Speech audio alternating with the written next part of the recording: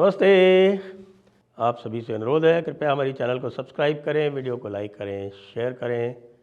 और आपको मैं याद दिला रहा हूँ पुणे समिट का। जी हाँ, the Jaipur dialogues Deccan summit at Pune 8 फरवरी, 8 फरवरी को ये समिट होना है। तो आप सभी से अनुरोध है कि कृपया आप अपना रजिस्ट्रेशन करा लें, जिसका कि लिंक आपको डिस्क्रिप्शन में मिल जाएगा। बहुत सारे स्पीकर्स यहाँ भी आएंगे और उनमें से प्रोमिनेंट हैं। आप देखिए, विक्रम संपत जी जो एनुअल समिट में नहीं आ पाए थे वो भी होंगे। शेफाली वैद्या जी नहीं आ पाई थी एनुअल समिट में, वो भी होंगी। साथ में आनंद रंगनाथन जी और विष्णु जैन जी, साथ में भाऊ तोरसेकर जी, ये सब वहाँ पर आपको उपस्थित मिलेंगे। तो आइए बात करते हैं, हैप्पी न्यू ईयर से शुरू करते हैं। Happy new year to all of you. आप सभी को नव वर्ष की शुभकामनाएं। लेकिन भाई, नव वर्ष की शुभकामनाओं के विरोध में फतवा आ चुका है, और एक अथॉरिटी से नहीं, कई अथॉरिटी से फतवा आ चुका है। और उनका कहना है कि भाई, किसी भी तरह से आप लोग जो हैं वो, यानी मोमिन और मोमिना, ये किसी भी तरह से किसी को भी हैप्पी न्यू ईयर नहीं कहेंगे। ख़ास तौर से क्रिश्चियंस को तो हैप्पी न्यू ईयर बिल्कुल नहीं कहेंगे। और मान लीजिए उनको किसी ने हैप्पी न्यू ईयर कह दिया तो वो सेम टू यू भी नहीं कहेंगे। अब वो कैसे उसको अवॉइड करेंगे? मान लीजिए कोई मोमिन भाई से आपने कह दिया हैप्पी न्यू ईयर, तो वो यूं और यूं सर हिलाएगा और कुछ बोलेगा नहीं। फिर उसके बाद फिर आप सोच लीजिए कि वो फतवे से आतंकित है या नहीं, क्योंकि आखिरकार तो अल्लाह देख रहा है और अल्लाह से डरा जाता है। अल्लाह से प्रेम करते थे, वो थे सूफ़ी, वो अल्लाह से प्रेम किया करते थे। तो फिर उनकी बैंड बजा दी गई, और उनकी बैंड बजाने के बाद उनसे कहा कि वही तरीक़त और शरीयत में तरीक़त नंबर 2, शरीयत नंबर 1। तो इसलिए उन्होंने भी कहा, जी हुजूर, हम अल्लाह से डरते हैं। तो साहब, डरना बहुत ज़रूरी है। राइट्स ऑफ अल्लाह हैं। उन राइट्स ऑफ अल्लाह में एक प्रोमिनेंट राइट ये है कि he has the right to make you fear. Okay, अब प्रश्न ये उठता है कि भाई, ये फतवाबाजी जो हो रही है ये क्यों हो रही है? और यही नहीं, आपको और भी कई सारे फतवे मिल जाएंगे। आपको दिवाली के अगेंस्ट भी फतवे मिल जाएंगे, आपको होली के अगेंस्ट भी फतवे मिल जाएंगे, और आपको क्रिसमस के अगेंस्ट भी फतवे मिल जाएंगे। तो कहाँ से आता है ये? जो लोग गंगा जमुनी तहज़ीब की बातें करते हैं, तो उस गंगा जमुनी तहज़ीब में एक दूसरे को उनके पर्व पर बधाई देना क्या शामिल नहीं है? जी नहीं, वो बिल्कुल शामिल नहीं हो सकता। क्योंकि अगर आप शरई मुसलमान हैं, सच्चे मुसलमान हैं, तो आपको शरीयत को पहले और संविधान को बाद में पालन करना है। यह बिल्कुल स्पष्ट है। किसी भी मुफ्ती से पूछ लो, और मुफ्ती की ही तकलीद होती है भैया। मुफ्ती भी क्या, उनसे भी बड़े जो हुए हैं, सबसे बड़े यहाँ पे माने जाते हैं जो क्या आपके शेख सरहिंदी, उन्होंने भी यही कहा था। उन्होंने ये कहा था कि हिंदुओं से दूर रहो, हिंदुओं की छाया तक तुम पर नहीं पड़नी चाहिए, और हिंदुओं को लगातार उनको आप इंसल्ट करते रहो, उनका सर नीचा करते रहो, उनके तो तरह तरह से कैसे करने हैं उसके तौर तरीक़े बहुत सारे तौर तरीक़े।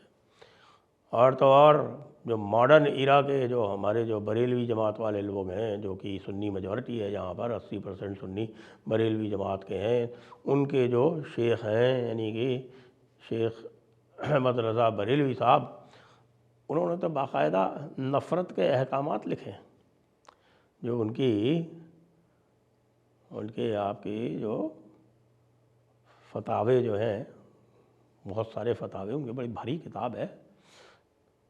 तो उनके फतावों के पूरे संकलन में अलग से एक कैटेगराइज किए जाते हैं बहुत सारे फतवे, जिनको कहते हैं नफ़रत के अहकामात। अहकामात का मतलब होता है हुक्म, हुक्म का प्लूरल है अहकाम।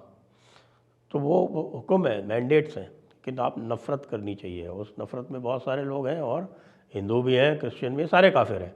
कैटेगराइज भी कर रखा है उन्होंने, वो बात अलग है। उन्होंने तो देवबंदी को भी काफिर कह रखा है। लेकिन कैटेगराइज उन्होंने कर रखा है।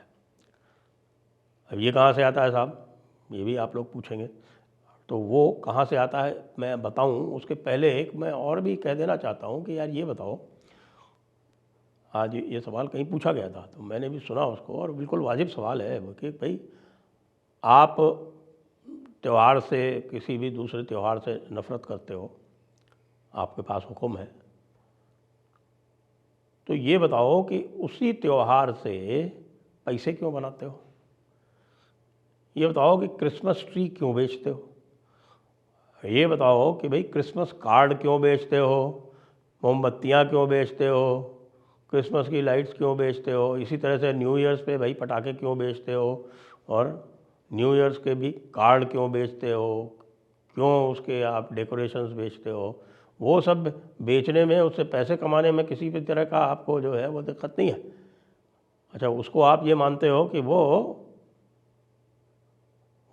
माले गनीमत है, या आपको पैसा लूटने का पूरा हक है काफिर से, लेकिन काफिर को इज़्ज़त देने का आपको हक नहीं है। जी हाँ, ये है बेसिक फ़िलासफ़ी। इसीलिए जो लोग पूछते हैं ना कि साहब कि ये गंगा जमुनी तहज़ीब क्या होती है, तो उनको सबको बता रखा है मैंने कि गंगा जमुनी तहज़ीब का मतलब ये होता है कि वो जो मुग़लिया दरबार होता था ना, तो उस दरबार में जो चोंचले होते थे, उस दरबार के जो चोंचले होते थे उसको गंगा जमुनी तहज़ीब कहा जाता है। उस दरबार के चोंचले ये होते थे कि जो वहाँ पर हिंदू मनसबदार होते थे, हिंदू दरबारी होते थे, वो वहाँ पर उनको जो है वो एक विशेष नीचा दर्जा दिया जाता था, और सबके सामने ये स्पष्ट रहता था कि साहब कि ये काफिर है, इसलिए इसकी जो हैसियत है वो बाकियों से नीची है। और ऐसा अपमान सह के बहुत सारे हिंदू राजा वहाँ रह गए, क्योंकि उनको धर्म बचाना था, और वे ये नहीं चाहते थे कि उनकी प्रजा को पददलित कर दिया जाए, उस समय की जो स्थिति थी। लेकिन जब भी उनको मौका मिला उन्होंने इन मुग़लों को उखाड़ फेंका। क्यों? क्योंकि साहब बड़ी किताब में एक सूरा है, सूरा नंबर 60 अल मुहतनिमा, उसका चौथी आयत है, यानी आयत है 60.4, और 60.4 ये कहती है अल वला व अल बरा, लविंग एंड हेटिंग अदर्स। किसको आपको प्यार करना है और किससे आपको नफ़रत करनी है, वो उसमें लिखा हुआ है। और उसमें लिखा है कि साहब जो कोई भी अल्लाह की हिदायत नहीं मानता, अल्लाह की इबादत नहीं करता, उससे आपको नफ़रत करनी लाजिम है। वो आपके ऊपर एक फ़र्ज़ है कि आप उससे नफ़रत करें।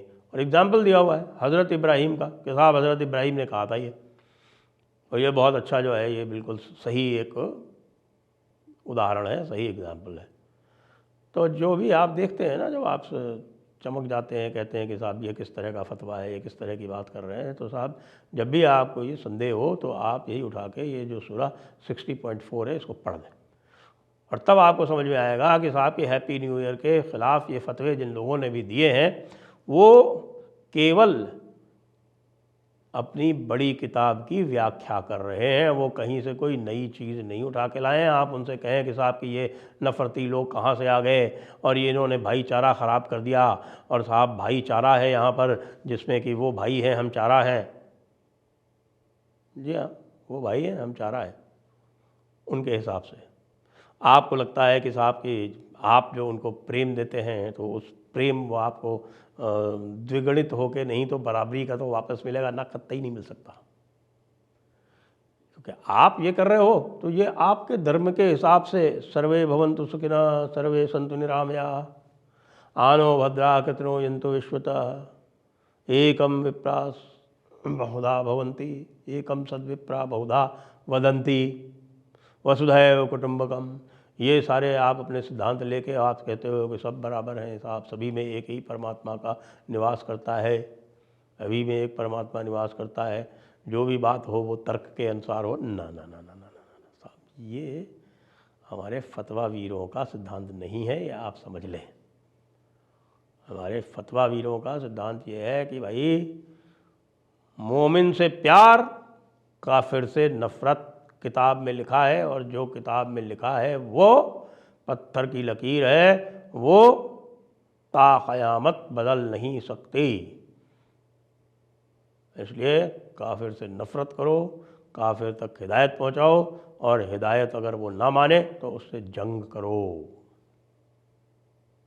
मैं नहीं कह रहा, फतावा आलमगीरी में लिखा हुआ है, उनकी है ना वो किताब सियर, उसमें साफ साफ लिखा हुआ है कि जिहाद दीन हक़ की ओर बुलाने और उससे इनकार करने वाले से जंग करने को कहते हैं।